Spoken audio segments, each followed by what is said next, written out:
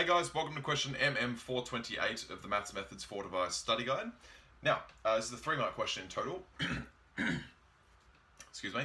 And part A says a random variable x is normally distributed with mean 24 and standard deviation 5. If the probability that x is greater than 21 equals p, find in terms of p the probability that x is less than 27. Cool. So we've got our 21, which is probably somewhere here. 21. And we're saying that the probability that we're greater than 21 is p. Okay. What we're saying though, and what we're trying to find, is the probability that x is less than 27. So 27 is maybe somewhere here. Awesome, which is symmetrical to somewhere here.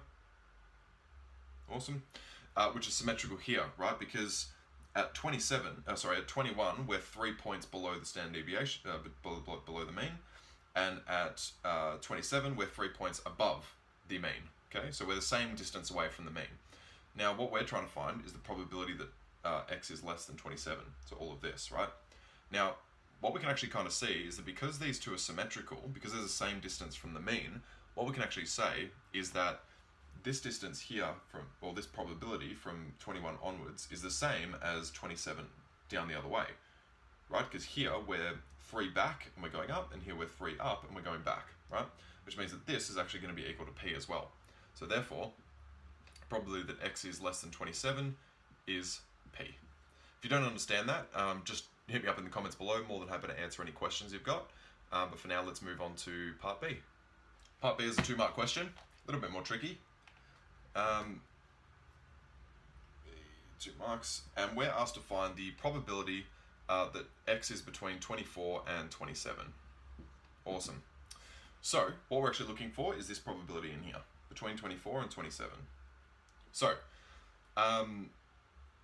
what we know is that the probability from here downwards is p, right? I'm actually just going to get rid of this top bit here. So we found in the previous question that the probability that x is less than 27 is p, so all of that is p.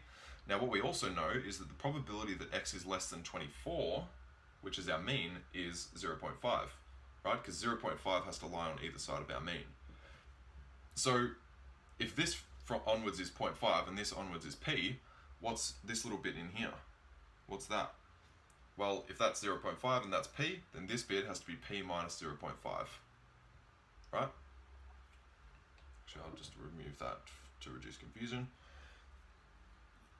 Does that make sense? So because this is p and this is 0.5, we can take away 0.5 from this p and it leaves this bit here, which is p minus 0.5. So that is equal to p minus 0.5. Now this is your first mark, drawing this diagram and showing that. And then your second mark is actually writing the answer. So guys, that's it for MM428. As always, if you have any questions, just chuck them in the comments below. But otherwise, thank you very much for watching, and I'll see you in the next video.